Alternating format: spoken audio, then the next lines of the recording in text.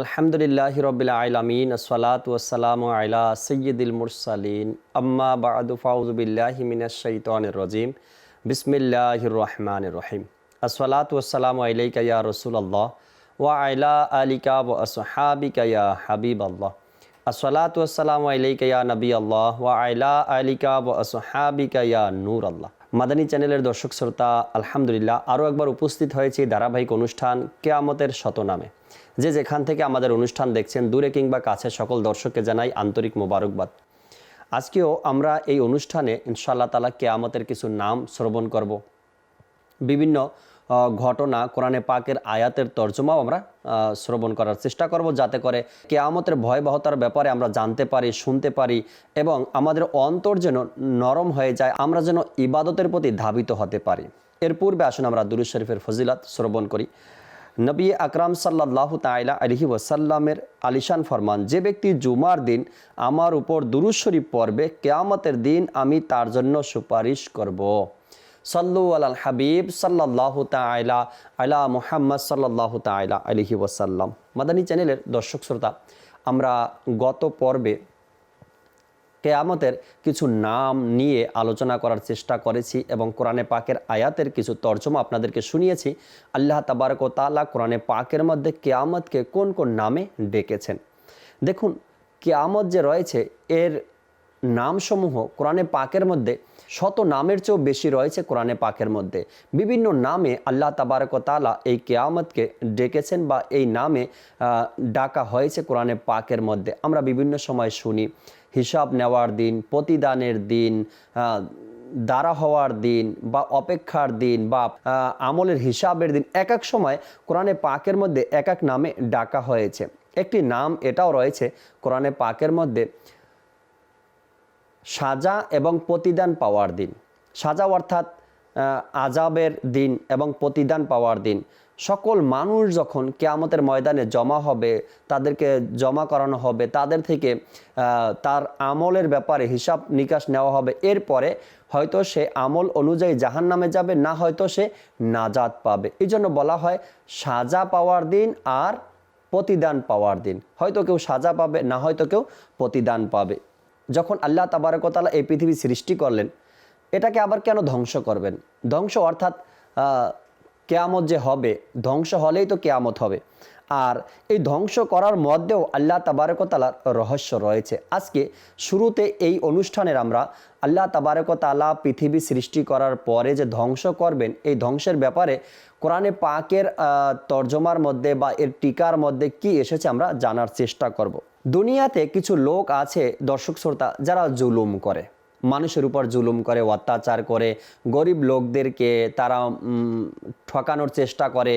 যারা জ্ঞান বুদ্ধি কম আছে, সরল সোজা মানুষ আছে, তাদের সাথে দুই নম্বরই করার চেষ্টা করে।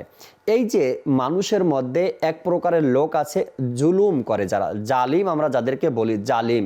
আর এই জালিমকেও আল্লাহ তাআলা কোরআনে পাকের মধ্যে তার ব্যাপারেও, জালিমদের ব্যাপারেও ইরশাদ করেছেন। এক প্রকারের লোক হলো যারা দুনিয়াতে জালিম, মানুষের প্রতি অত্যাচার করে, সমাজ পরিচালনা করতে গিয়ে অত্যাচার করে, নামের কারণে অত্যাচার করে, অর্থের কারণে অত্যাচার করে, যার অত্যাচারে অতিষ্ঠিত হয়ে মানুষ কি হয়, তাদের প্রতি ঘৃণা সৃষ্টি হয় মানুষের অন্তরে। আর এক প্রকারের লোক আছে নিরীহ ব্যক্তি, যারা মজলুম, যাদের উপরে জুলুম করা হয়, যারা নির্যাতিত, তাদেরকে আমরা বলি মজলুম। এখন দুনিয়াতে দেখা যায় যারা জালিম আছে, অনেক সময় ওই জালিমকে অবকাশ দেওয়া হয়। আল্লাহ তাবারক ওয়া তাআলাও জালিমকে অবকাশ দিয়েছেন। আর দুনিয়ার বিচারের দিক থেকে যদি আমরা দেখি, অনেক সময় দেখা যায় যারা জালিম আছে, যারা অত্যাচার করে, তাদেরকে সাজা পেতে দেখা যায় না, তাদের জরিমানা হতে দেখা যায় না, তাদের সঠিক বিচার হতে দেখা যায় না। তারা জুলুমও করছে, আবার নির্দ্বিধায় ঘুরে বেড়াচ্ছে। এই এক প্রকারের লোক এমন।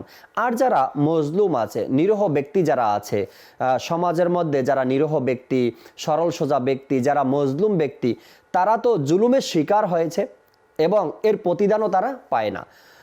উদাহরণস্বরূপ আমরা এভাবে বুঝতে পারি, একজন গরিব রিস্কাওয়ালাকে একজন ব্যক্তি তার সাথে কথা কাটাকাটি করতে গিয়ে এক সময় গিয়ে রিস্কাওয়ালাকে চর মেরে দিল, মারধর করলো, রিস্কা রেখে দিল, রিস্কা ভেঙে দিল, গাড়ি ভেঙে দিল। তো এই যে গরিব দুঃখী ব্যক্তির উপরে জুলুম চালানো হলো, তার উপরে অত্যাচার করা হলো, তাকে মারধর করা হলো, সে বেচারা গরিব মানুষ গাড়ি চালিয়ে 3 বেলা খাবারের আয়োজন করে।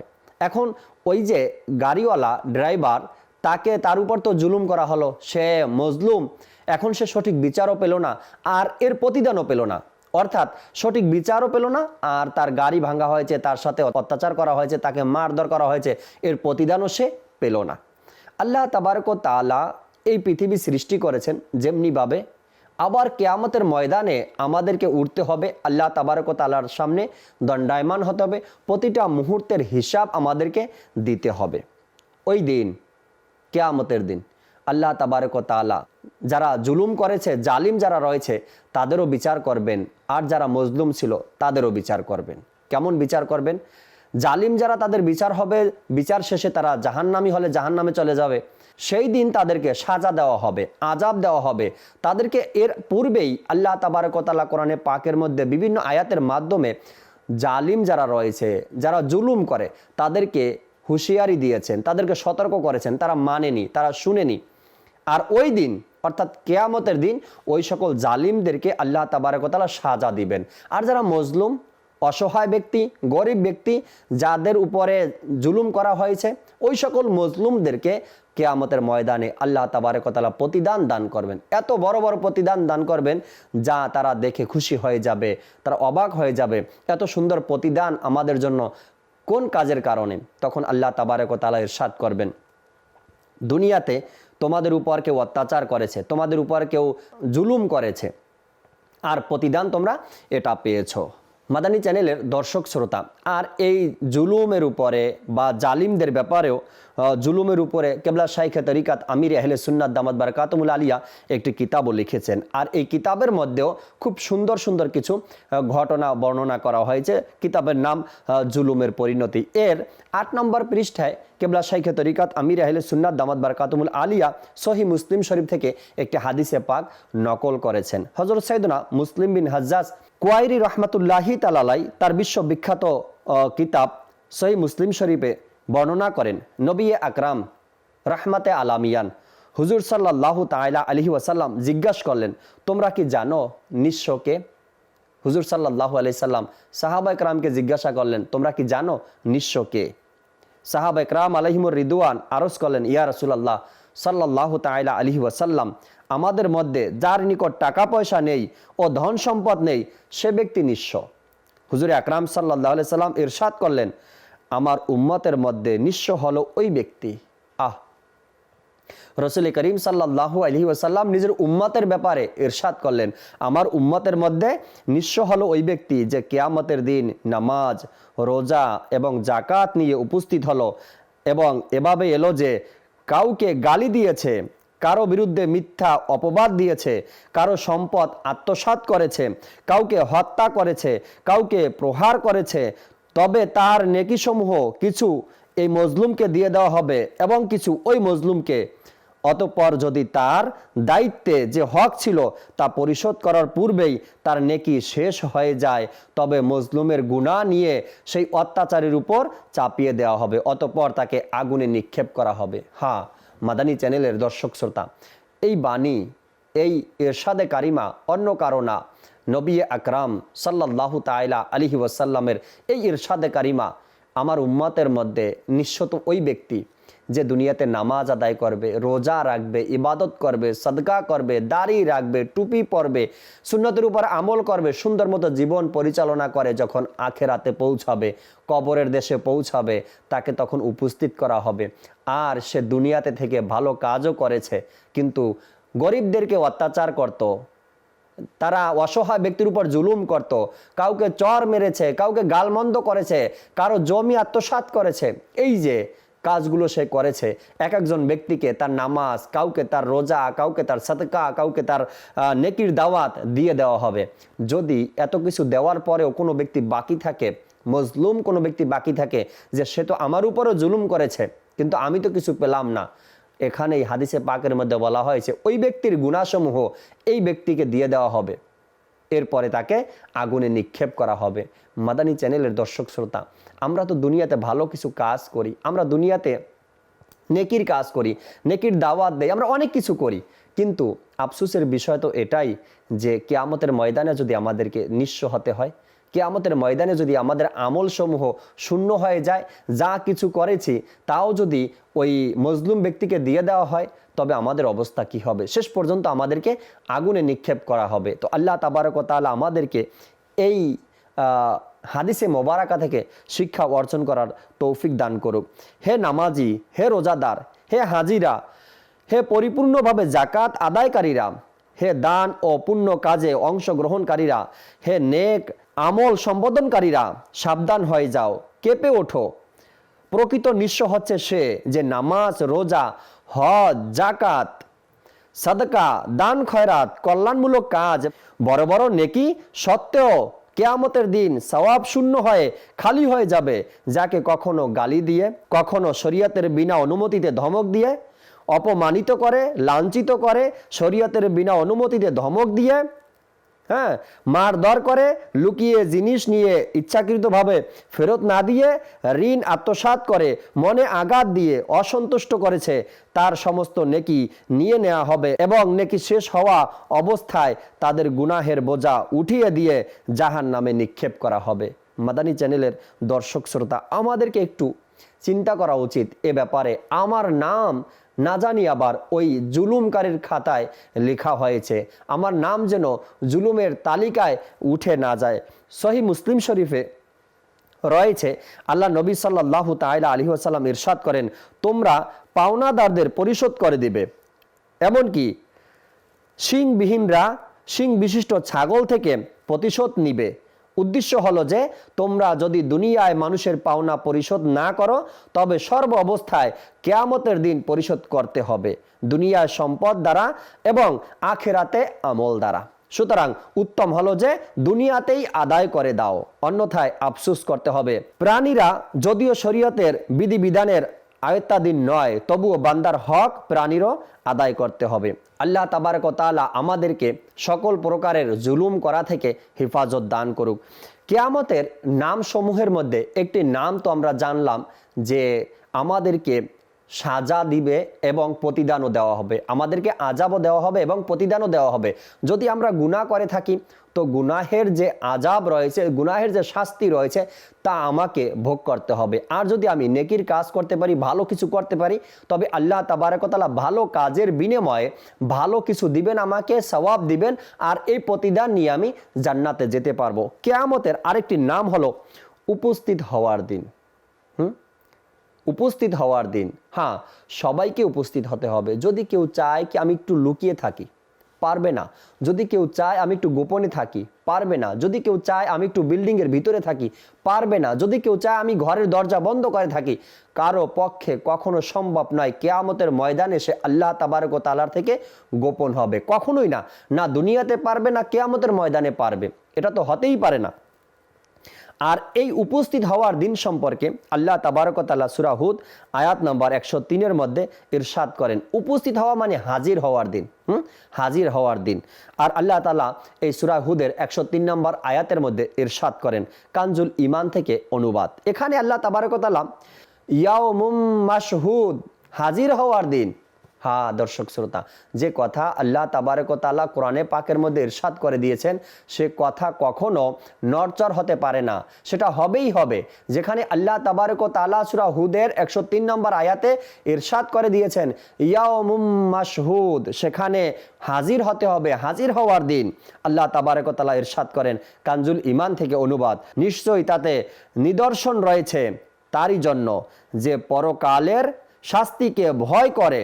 এটা ওই দিন যাতে সমস্ত মানুষ একত্রিত হবে এবং সেই দিন হাজির হবারই দিন। আল্লাহ আল্লাহ আল্লাহ তাআলা এখানে ইরশাদ করেন, সেই দিন হাজির হবারই দিন। আপনি আমি না চাইলেও সেদিন আমাদেরকে হাজির হতে হবে, হিসাব দিতে হবে, হিসাব নিকাশ আমাদেরকে ক্লিয়ার করতে হবে। হাজির হবার দিন সম্পর্কে ওমর বিন আব্দুল আজিজ রাদিয়াল্লাহু তাআলা আনহুর কত সুন্দর ঘটনা আমরা প্রায় সময় শ্রবণ করে থাকি। হাজির হবার দিন, কিয়ামতের দিনকে হাজির হবার দিনও বলা হয়েছে কোরআনের ভাষায়। কোরআনের মধ্যে ওমর বিন আব্দুল আজিজ রাদিয়াল্লাহু তাআলা আনহুকে তার দাসী স্বপ্নের কথা বললেন হে আমিরুল মুমিনিন, আমি স্বপ্নে দেখলাম আপনার পূর্বে যে বাদশাহ রয়েছে, আপনার পূর্বে যারা ক্ষমতা চালিয়েছে, যারা ক্ষমতাবান ব্যক্তি ছিল, তাদেরকে হুকুম করা হলো, কিয়ামতের ময়দানে উপস্থিত করা হলো, আর তাদেরকে হুকুম করা হলো পুলসিরাত পার হয়ে যাও। এই যে উপস্থিত হওয়ার দিন, সবাই তো উপস্থিত হবে, পুলসিরাত পার হতে হবে। ওমর বিন আব্দুল আজিজ রাদিয়াল্লাহু তাআলা আনহু শুনতে লাগলেন তার দাসীর মুখে স্বপ্নের কথা। তার দাসী বলতে লাগলো, হুজুর, আমি স্বপ্নে দেখলাম আপনার পূর্বে যারা বাদশাহ ছিল তাদেরকে উপস্থিত করা হয়েছে, পুলসিরাত পার হওয়ার জন্য হুকুম করা হয়েছে। পুলসিরাতের উপর যখন উঠল, সে পুলসিরাত থেকে কেটে জাহান্নামে পড়ে গেল। এরপরে আবার একজনকে উঠানো হলো, দ্বিতীয় ব্যক্তিও পড়ে গেল, তৃতীয় ব্যক্তিও পড়ে গেল।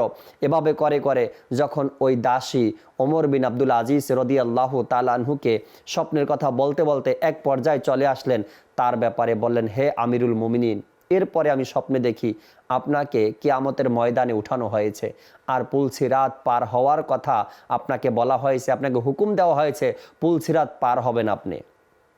এই কথা দাসীর মুখে শুনেই ওমর বিন আব্দুল আজিজ রাদিয়াল্লাহু তাআলা আনহু অজ্ঞান হয়ে পড়ে গেলেন, জমিনের মধ্যে ছটপট করতে লাগলেন। এরপর যখন কিছু সময় পর ওমর বিন আব্দুল আজিজ রাদিয়াল্লাহু তাআলা আনহুর জ্ঞান ফিরে আসলো, তখন দাসী তাকে বললেন, হে আমিরুল মুমিনিন, খোদার কসম, আমি স্বপ্নে দেখলাম আপনি সহি সালামতে খুব সুন্দরভাবে পুলসিরাত পার হয়ে গিয়েছেন। আল্লাহ! তো সেই হাজির হওয়ার দিন, হাজির তো হতে হবে, উপস্থিত তো হতে হবে, সেখানে দণ্ডায়মান হতে হবে, আর প্রতিটা বিষয় আমাদেরকে আল্লাহ তাবারক ওয়া তাআলার দরবারে হিসাব দিতে হবে। এমনই দর্শক শ্রোতা আরও একটি ঘটনা রয়েছে আমাদের ইমামে আজম আবু হানিফা রাদিয়াল্লাহু তাআলা আনহুর ব্যাপারেও। তিনি একবার রাস্তায় পথ অতিক্রম করছিলেন, আর ভুলবশত অজানাবশত খেয়াল করেননি তিনি, তার পা ছিটকে গিয়ে একটি ছোট্ট বাচ্চার পায়ের সাথে লেগে গেল। আর ওই বাচ্চাটা চিৎকার দিয়ে বলতে লাগলো যে, আপনার কি কিয়ামতের দিন হাজির হওয়ার ব্যাপারে কোনো ভয় নেই? আপনার থেকে কি আল্লাহ তাবারক ওয়া তাআলা হিসাব নিবেন, এ ব্যাপারে কি আপনার কোনো ভয় নেই? তখন ইমামে আজম রাদিয়াল্লাহু তাআলা আনহু ওই বাচ্চার কথা শুনে ভয়ে অজ্ঞান হয়ে গেলেন। যখন তার জ্ঞান ফিরে আসলো, লোকেরা জিজ্ঞাসা করলো, হুজুর, ছোট্ট একটা বাচ্চার কথা শুনে আপনি অজ্ঞান হয়ে গেলেন? ইমামে আজম রাদিয়াল্লাহু তাআলা আনহু বললেন, কে জানে, এই বাচ্চা হয়তো অদৃশ্য থেকে আমাকে এই সংবাদ দিয়েছে। হে ইমামে আজম, সেই দিন হাজির হওয়ার দিনের কথা স্মরণ করো, যেই দিন তোমাকে উপস্থিত হতে হবে আর তোমার হিসাব নিকাশ দিতে হবে। তো মাদানী চ্যানেলের দর্শক শ্রোতা, আরেকটি নাম রয়েছে, কিয়ামতের আরও একটি নাম রয়েছে, যা আল্লাহ তাবারক ওয়া তাআলা কোরআনে পাকের মধ্যে ইরশাদ করেন, আর নামটি হলো মহা সংকট দিবস, অর্থাৎ ভয়ঙ্কর দিবস, ভয় ভীতির দিন। কিয়ামতকে ভয় ভীতির দিনও বলা হয়েছে, যা কানজুল ইমান থেকে তর্জমা। তারপর যখন এসে পড়বে সেই সাধারণ বিপদ, যা সর্বাধিক ভয়ানক। আল্লাহ তাআলা কোরআনে পাকের মধ্যেও এই ভয়ানক শব্দ ব্যবহার করেছেন কিয়ামতের নামের মধ্যে, যা সর্বাধিক ভয়ানক। তো ওই ভয়ানক দিবসের কথা আমাদেরকে স্মরণ রাখা উচিত। আমাদের অন্তর এ ব্যাপারে বারবার জিজ্ঞাসাবাদ করা উচিত যে আমি কতটুকু তৈরি করেছি, আমি কতটুকু প্রস্তুতি নিয়েছি কিয়ামতের ময়দানে উপস্থিত হওয়ার জন্য।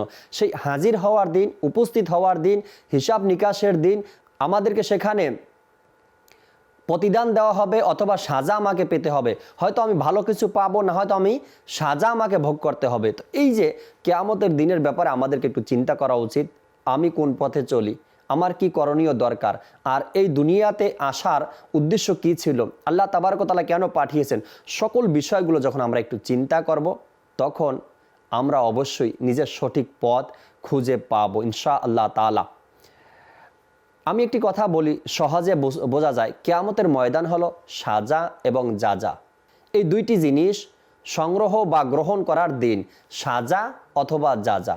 সাজা হবে যদি কোনো ব্যক্তি গুনাহগার হয়, দুনিয়াতে গুনাহ করে, সে সাজা পাবে। আর যদি কোনো ব্যক্তি নেককার হয়, নেক আমল করে, দুনিয়াতে নেক আমল করে, দুনিয়া থেকে বিদায় নেয়, তো সে পাবে জাজা, অর্থাৎ প্রতিদান পাবে। তো এই জন্য আমাদেরকে সেই সাজা এবং প্রতিদান যেন কোনটা আমি বেছে নিতে চাই, কোনটা আমার দরকার, আমি কি সাজা নিতে চাই নাকি আমি প্রতিদান নিতে চাই, ভালো কিছু পেতে চাই, আমাদের এই দুনিয়াতে হিসাব মিলাতে হবে এবং সেটা নিয়ে আমাদেরকে কিয়ামতের ময়দানে উপস্থিত হতে হবে। আল্লাহ তাবারক ওয়া তাআলার দরবারে এজন্য দোয়াও করতে হবে আমরা যেন সব সময় আল্লাহ তাবারক ওয়া তাআলার রেজামন্দিমূলক কাজ করতে পারি, আল্লাহ তাআলার সন্তুষ্টির জন্য কাজ করতে পারি, আল্লাহ তাআলার যে ভয় আযাবের কথা রয়েছে এগুলো যেন আমরা বারবার স্মরণ করি। আল্লাহ তাবারক ওয়া তাআলা সে তৌফিক আমাদেরকে দান করুক। আগামী পর্বে আবারও ইনশাআল্লাহ তাআলা কিয়ামতের দুই একটি নাম নিয়ে আলোচনা করব। ওই নাম সম্পর্কে আল্লাহ তাআলা কোরআনে পাকের মধ্যে কি আয়াতে কারিমা নাজিল করেছেন, আর ওই আয়াতের মধ্যে কাদেরকে কোন ব্যাপারে